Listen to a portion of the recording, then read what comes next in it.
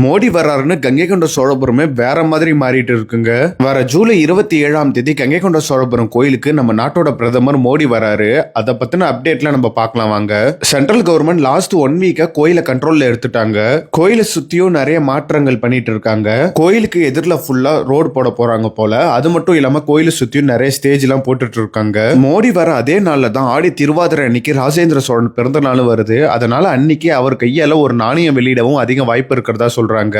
கோயிலை சுத்தியும் நிறைய பெட்டி பெட்டியா இருந்தது. என்னன்னு போய் பார்த்தா எல்லாமே ஃபோக்கஸ் லைட்டுங்க. கோயிலை பார்த்தவர் சுத்திலும் லைட் வச்சிருக்காங்க. அங்கங்க டெக்கரேஷன் பண்ண சூப்பரா லைட்டிங் பண்ணிட்டு இருக்காங்க. இதெல்லாம் பார்க்கும்போது கோயில் தங்க மாளிகை போல இருக்க போதுன்னு தான் தோணுது. அதுக்காண்டி வெயிட் பண்ணி பார்ப்போம். கோயில்ல அங்கங்க பெயிண்டிங் ஒர்க் நிறைய வேலைகள் எல்லாம் போயிட்டு இருக்கு. ஏன்னா நிறைய அதிகாரிகள் வர போறாங்க. மோடியே சிவனை தரிசனம் பண்ண அதிக வாய்ப்பு இருக்கு.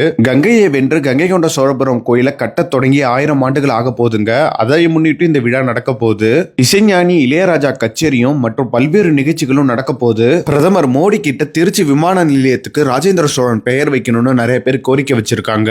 நம்ம மன்னருக்கு பெருமை சேர்க்க மோடி வராரு. என்ன மாதிரியான விஷயங்கள்லாம் நடக்க போகுதுன்னு வெயிட் பண்ணி பார்க்கலாங்க.